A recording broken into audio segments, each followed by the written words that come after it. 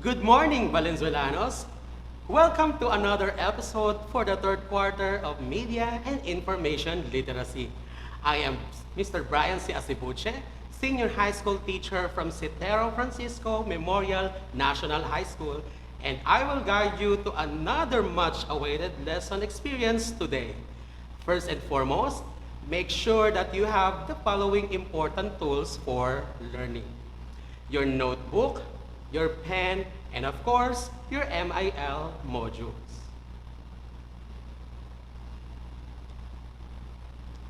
Let us have a short review of our previous lesson. I will show you images and you will identify if the given content is referring to traditional media or new media. Write your answers in the comments section below. For our first image, 24 oras on GMA 7. Is it traditional or new media? The correct answer is traditional media. You got it right, class. For the next image, Manny Pacquiao boxing fight live on 102.7 Star FM. Again, Manny Pacquiao boxing fight live on 102.7 Star FM. Is it traditional or new media? The correct answer is traditional media. You are doing great, class. For our last image, it is Mayor Rex Gatchalian's official Facebook account. Is it traditional or new media? If your answer is new media, then you are correct. Good job, class. Give yourselves a virtual clap. From the previous lesson, we have learned the evolution of media from traditional to new media. Through traditional media, we can watch shows on television and listen to our favorite radio programs or music produced anywhere in the world, and new media were established and discovered. We are now capable of giving and receiving feedback instantly through the merging of computers and telecommunications.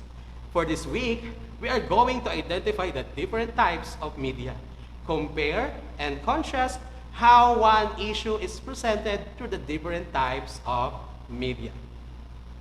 I have prepared a funny and exciting game for this morning. I am sure that everybody loves to answer from the 4 picks 1 word game. I will show you 4 images each round, and your task is to identify the word that is common among the images. Write your answers in the comment section below. For number 1, what do you think is the common word to describe these images? The correct answer is print. Print is the common word to describe this set of images. Nice answers, class. Second set. What do you think is the common word to describe these images? The correct answer is broadcast. Broadcast is the common word to describe this set of images. Good job, class. For our third set, what do you think is the common word to describe these images? The correct answer is digital. Digital is the common word to describe this set of images. Very good, class.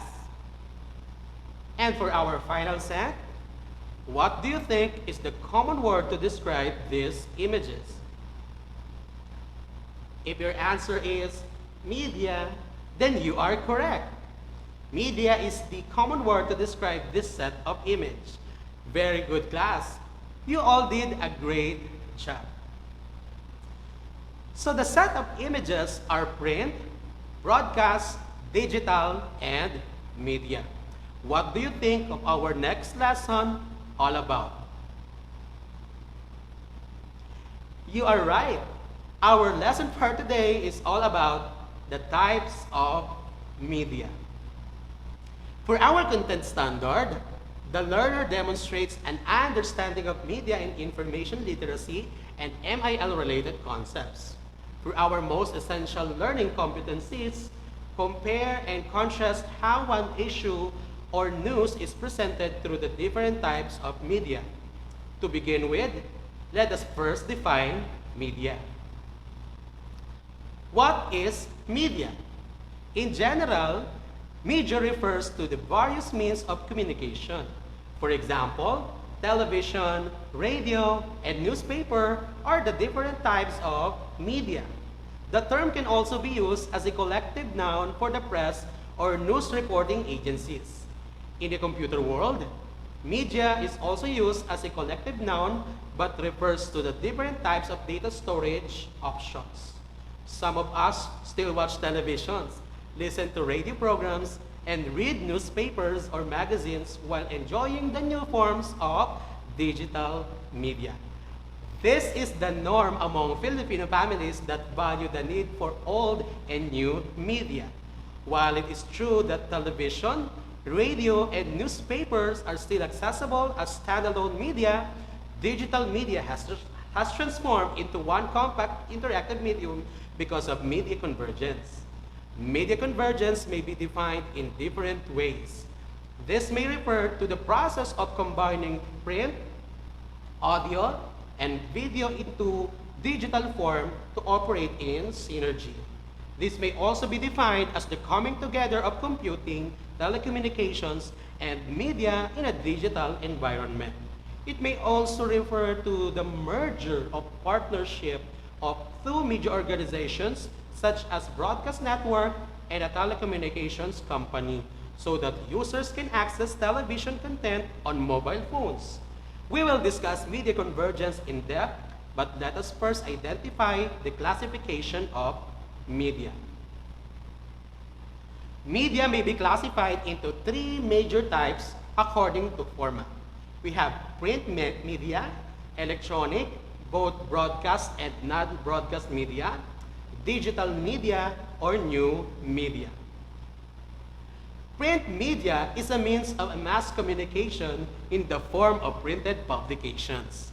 It includes newspapers, books, magazines, posters, flyers, brochures, circulars, journals, pamphlets, and periodicals. Print media is an incredibly important part of the marketing mix and can help businesses engage their target audiences and extend their reach to potential customers by investing in it. Here are some types of print media: newspapers, newsletters, magazines, banners, billboards, books, brochures, and flyers. Newspapers are the most popular form of print media to explore your brand. You can choose from a wide range of different types of newspapers, including national, regional, or local titles published weekly, daily, or on Sunday editions to cater to different target audiences.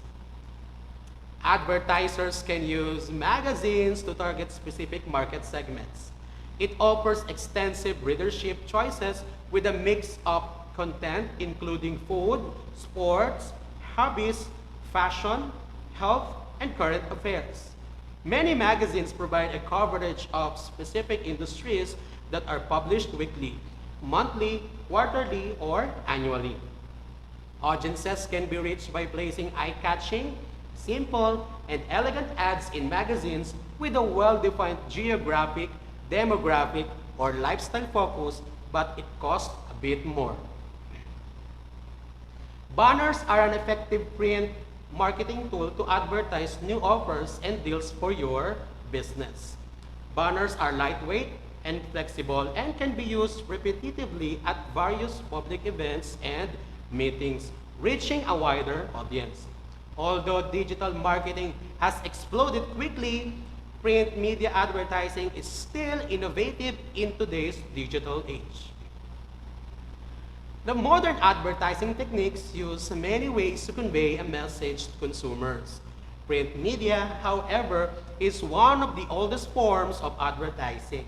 It also remains to be one of the most popular forms because it can reach a wider target audience.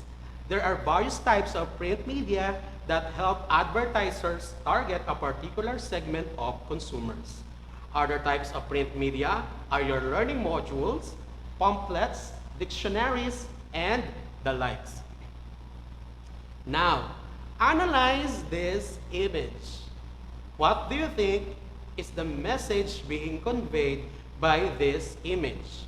Write your answers in the comment section below.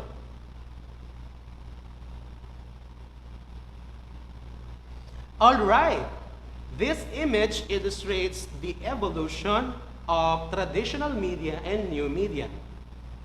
Though we are now in the digital era, print media is still existing and being widely used. The most important difference between print and other media is that of readership. Only the print media has a readership. The audience of electronic media is sometimes compared with that of newspapers, but the audience of a channel is more volatile than the readership of a newspaper, as a viewer can switch to another channel at any time.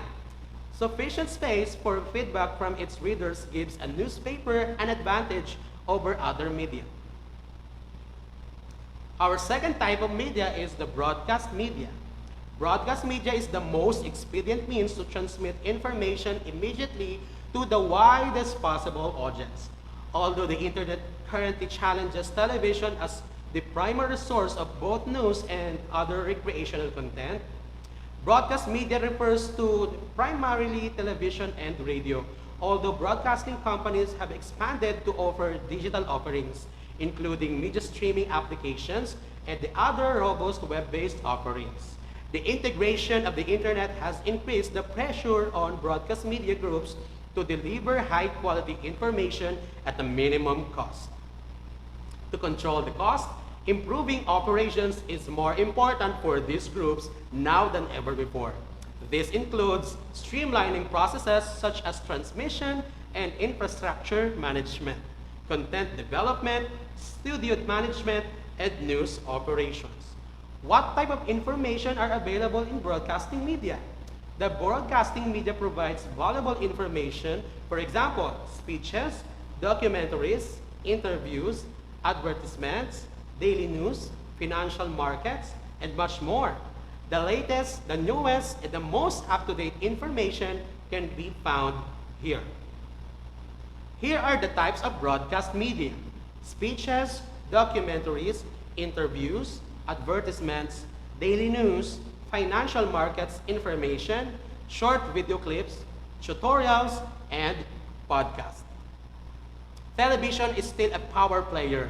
Television is still one of the most creative forms of broadcast media because there is an ability to tell visually compelling stories infused with effective emotionality and humor. Despite the omnipresence of the internet, television still provides a great reach for businesses. And make no mistake about it, business runs broadcasting. Almost everyone owns a television, and with the reach that television has, especially in advertising, larger companies with major budgets continue to use this medium as their primary sales tool. Our third type of media is called the new media. It is also called digital media. New media is used to describe the content made available using different forms of electronic communication made possible through the use of computer technology. Generally, the phrase new media describes the content available on demand through the internet. This content can be viewed on any device and provides a way for people to interact with the content in real time with the inclusion of user comments, and makes it easy for people to share the content online and on social media with friends and co-workers.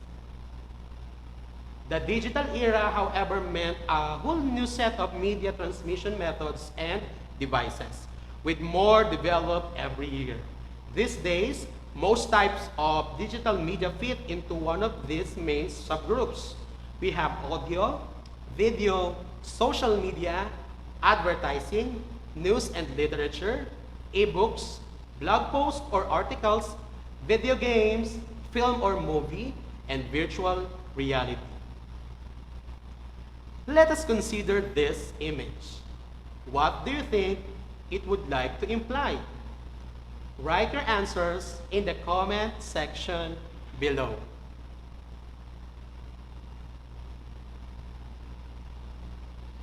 All right. This image illustrates the effect of using digital media. In our previous lessons, you've learned that communication is vital for us to understand each other. However, the use of new media is always a greater and faster instrument in transmitting messages from one source to another, but it may hinder us from emotionally connecting with one another. It is true that new media enables people to connect with one another regardless of geographical location, but it may take away our chance to be closer to one another. Let us move to our second picture, our picture analysis number 3. This image tells us a significant message. What do you think is the message being conveyed in this image?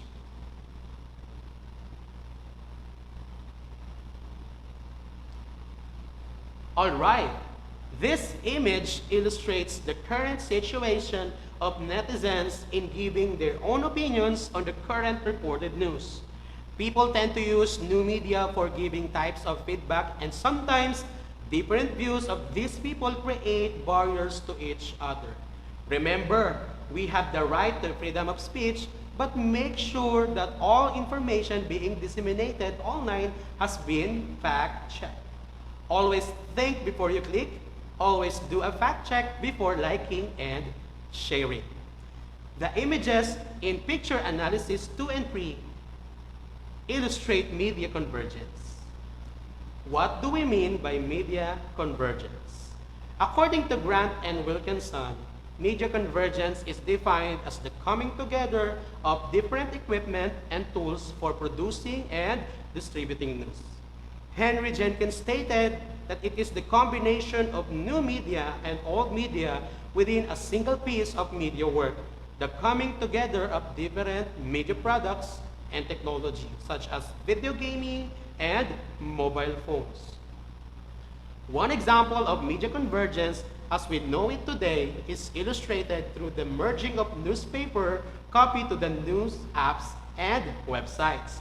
The internet and social media platforms allow the journalists to release news in real time, a feature that a hard copy of a newspaper is unable to offer, as well as issue the same non-time sensitive material that they may release in the actual paper.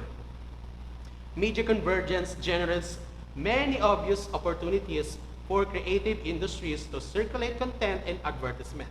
What can we benefit from media convergence? One benefit that we can witness firsthand is that the convergence between traditional and digital sources powers our newspapers' ability to produce much more efficient and up-to-date content as their websites and social media platforms are frequently updated. If information about breaking news becomes available, the stories can be released instantly. Another benefit is that media convergence allows sources to reach a broader audience with the same media message presented across different platforms to fit the needs of each consumers. Information is readily available across multiple platforms in today's society, so the audience is able to access it in many ways and is able to pick a platform that best suits his or her needs. With the convergence of media, audiences are fragmenting based on which platform best suits their needs, which ultimately increases the number of audiences available and the number of opportunities to view a message on a platform that each individual prefers. For example, when I take the public transit to work in the mornings, I'm usually frantically trying to keep up with the hustle and bustle of society and don't have the capacity to wrestle with reading on the morning paper, even though I have time on my commute and would enjoy staying up to date with the latest happenings. But with the development of podcasts, I am now able to plug in my headphones and receive the same content as someone reading the paper, just across a different platform. Third benefit of it does not put a heavy burden on pocketbooks.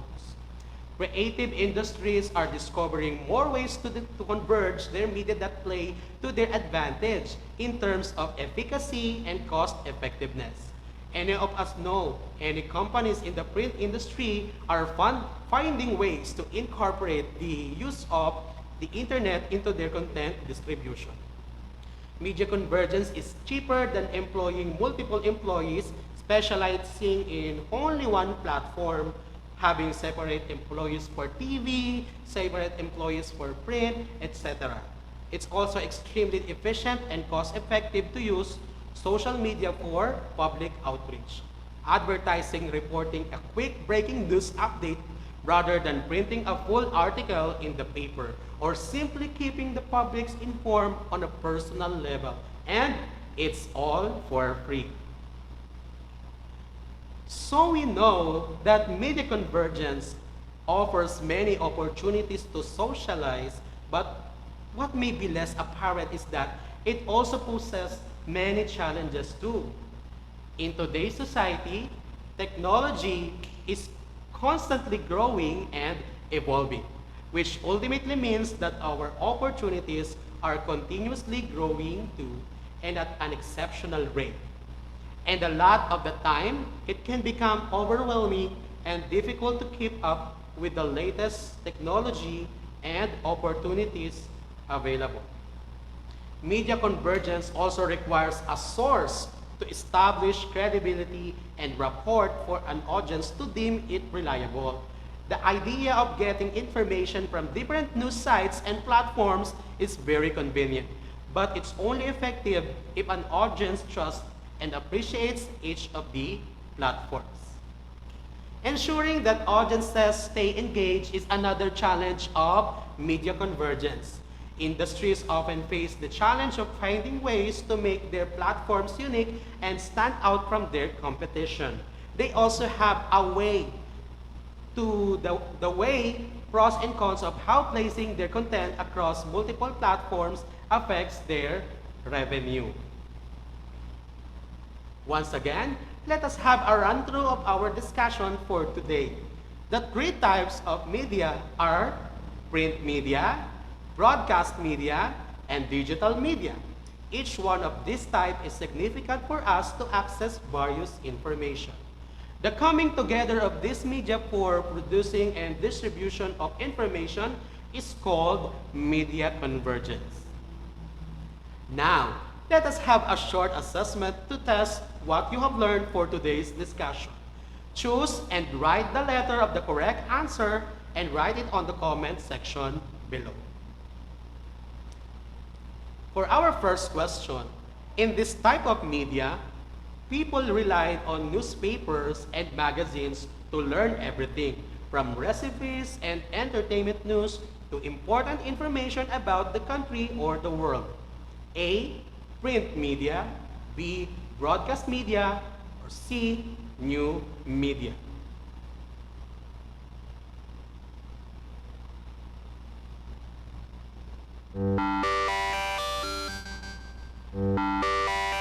If your answer is A, then you are correct. Newspaper and magazines are examples of print media. Second question. In this type of media, content is categorized and distributed on digital platforms. A. Print media, B. Broadcast media, or C. New media.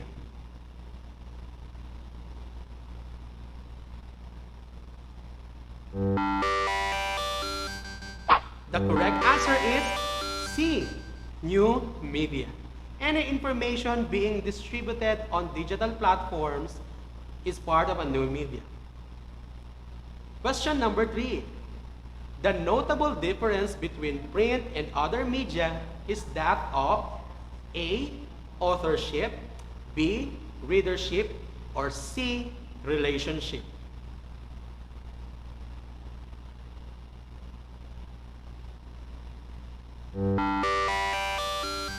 If your answer is B, then you are correct.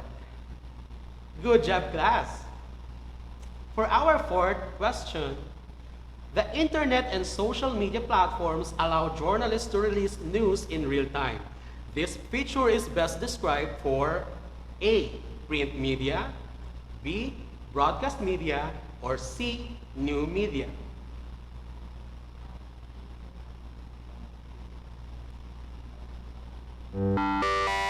The correct answer is C, new media. You got it right, class. For our fifth question, which of the following illustrates challenges of media convergence? A, efficient and up-to-date content. B, efficacy and cost-effectiveness.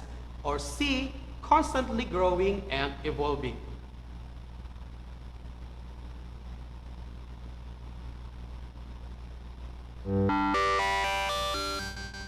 The correct answer is C, constantly growing and evolving. Good job, everyone. Great job, students. I hope that you have enjoyed our discussion on the types of media. We expect that you are now able to identify the different types of media and compare and contrast how one issue or piece of news is presented through the different types of media. For activities and other questions, you may contact your MIL subject teachers in your school. Do not hesitate to ask because your MIL teacher is more than willing to help you. As I leave this platform, I would like to share this beautiful Bible verse from the book of Jeremiah, chapter 29, verse 11. It said, "For I know the plans I have for you, declares the Lord, plans to prosper you and not to harm you, plans to give you hope and a future." You might experience darkest of darkness and lowest of lows at this moment, but always remember that the light will once again shine upon you and glorious highs will be with you. God's love is unchangeable and there is nothing you can do to change His mind. Again, this is Sir Brian Asibuche, Senior High School teacher from Citero Francisco Memorial National High School, your MIL teacher for today. That's all for today's class. Thank you and God bless.